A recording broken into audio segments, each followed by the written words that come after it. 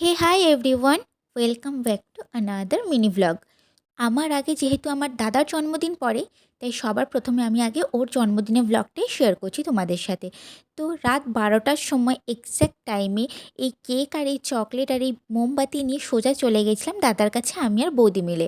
সেখানে গিয়ে ফার্স্টে দাদাকে এই সারপ্রাইজটা দেওয়ার পরে ও তো অনেকটাই অবাক হয়ে গেল। তারপর আর কি শুরু হয়ে গেল আমাদের পার্টি। রাত 12টার সময় যখন সবাই ঘুমিয়ে পড়েছে, তখন আমি দাদার বৌদি মিলে তখন আমরা এরকম মজা করছিলাম।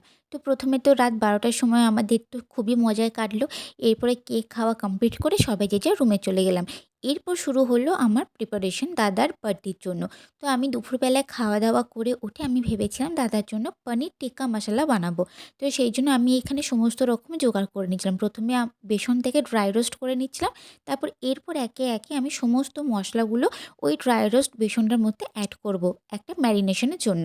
তো এখানে দেখতেই পাচ্ছ আমি সমস্ত রকমের মশলাগুলো একটু একটু করে সমস্ত কিছু দিতে আরম্ভ করেছি, যে আর দেরি না করে আস্তে আস্তে সমস্তটা আমরা করতে আরম্ভ করব।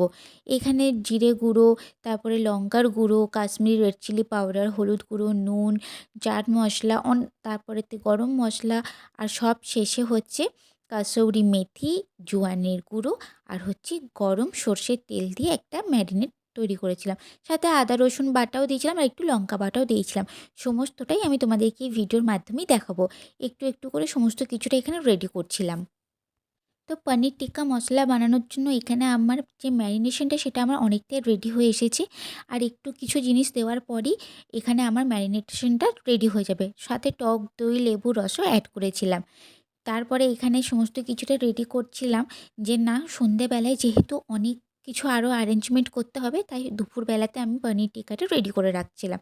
যে সন্ধেবেলায় সমস্ত কিছু ডেকোরেশন সাথে যেটা এটা দিয়ে খাওয়া হবে পরোটা, সেটাও রেডি করা হবে।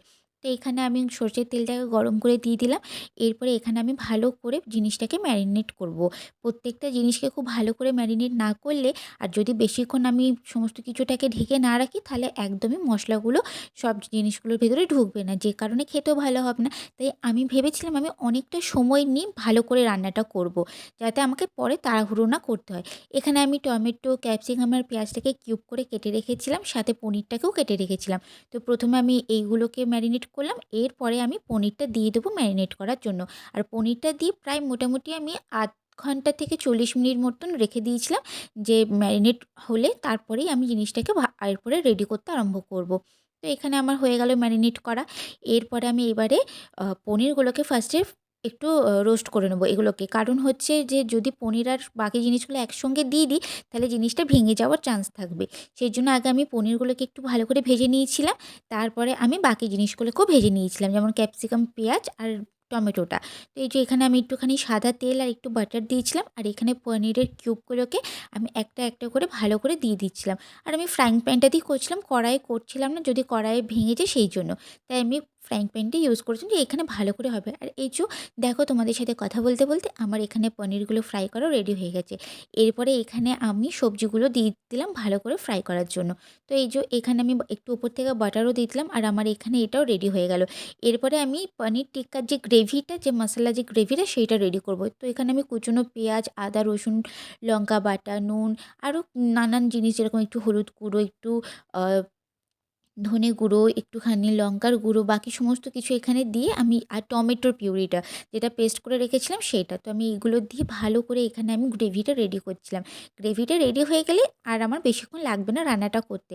আমি তো ভাবছিলাম যে আমি কতক্ষণকে রান্নাটা কমপ্লিট করব। প্রায় রান্নাটা আমি চাপিয়েছিলাম হচ্ছে অনেকক্ষণ হয়ে গেছিলো। তো প্রায় অনেকটাই টাইম নিয়ে করছিলাম। তো এবারে তো মোটামুটি বিকেল হয়ে আসছিল। তো এরপরে তো এটা কমপ্লিট করে তো আমাকে তো ডেকোরেশনও করতে হবে। তাই আমি তাড়াতাড়ি করে এখানে পনিরটা রেডি করে নিচ্ছিলাম। তো এই যে আমার হয়ে গেল, আমি সবজিগুলো এখানে ক্যাপসিকাম, পেঁয়াজ আর টমেটোটা দিয়ে দিলাম। এরপরে এটা একটুখানি ফুটে গেলেই, একটুখানি গ্রেভিটা হয়ে আসলেই এরপরে পনিরগুলো দিয়ে দেবো লাস্টের দিকে, যাতে ভেঙে না যায়, কারণ ওগুলো অনেকটা সফট জিনিস সেই জন্য। তো এখানে পুরোটা রেডি করে প্রায় শেষের দিকে হয়ে গেল। এরপরে আমি এখানে পনিরের টুকরোগুলোও দিয়ে দেবো, আর তারপরেই আমার রেডি হয়ে যাবে পনির টিক্কা মশলা। এটা আমি ফার্স্ট টাইম আমার বাড়িতে আমি বানালাম। আমি এটা একটা ভিডিও দেখেছিলাম, সেই ভিডিও থেকে আমি রেসিপিটা নিয়ে আমি এটা বানিয়েছি। আর খেতে তো দারুণ হয়েছিল, তোমরাও চাইলে এটা বানিয়ে দেখতে পারো। তো এই যে আমার এখানে পনির টিক্কা মশলা রেডি। এরপরে আমি রুমে এসে গেছিলাম একটুখানি রেস্ট নিয়ে। তারপর আমি এই বাজার থেকে কেক আর হচ্ছে এই পুরো ডেকোরেশনের জিনিসগুলো নিয়ে এসেছিলাম। আর এনে এই যে আমি আর বৌদি মিলে বেলুনগুলো ফুলিয়ে পুরো তারপরে বিছানাটা পরিষ্কার করে নিয়েছিলাম। আর এখানে সাজিয়েও নিয়েছিলাম। আর এই যে দাদাও চলে এসছে। এরপরে দাদা রেডি হয়ে গেছে। তারপরে এখানে প্রথমে মা ওকে পায়েসটা খাইয়ে দিল। যে আগে বার্থডে বয় পায়েস খাবে, তারপরেই কেক কাটবে। তো ব্যাস হয়ে গেল আমাদের পার্টি শুরু। আর এই যে এখানে দাদা এখানে কেকটা কাটিং করছে। ওকে আমরা বলছি যে তাড়াতাড়ি করে কেকটা কাট, খাবো আমরা। যা টেস্টি লাগছে কেকটা দেখতে। আর এই যে কেকটাও সত্যি খুব দারুণ ছিল, একদম ফ্রেশ, পুরো চকলেটি।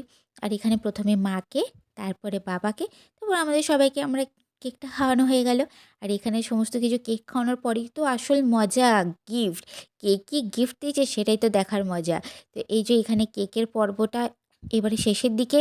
এখানে বৌদি খেয়ে নিল, দাদাও বৌদিকে খাইয়ে দিল, বৌদিও দাদাকে খাইয়ে দিল।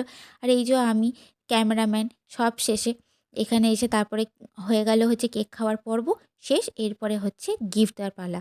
বাবা দিয়ে দিল টাকা, মা দিয়ে দিল গিফট, এরপরে হচ্ছে বৌদি দিয়ে দিল গিফট, আর তারপরে হচ্ছি আমি। তো এই যে হয়ে গেল।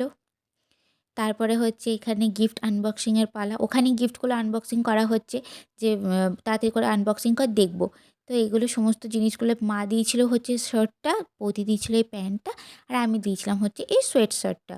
তো ওকে এগুলো দিয়েছিলাম, ও তো খুবই পছন্দ হয়েছে।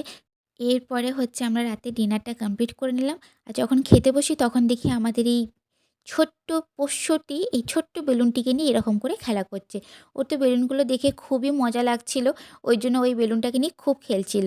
তো আজকের ভিডিওটা এইটুকুই, দেখা হচ্ছে নেক্সট ব্লগে।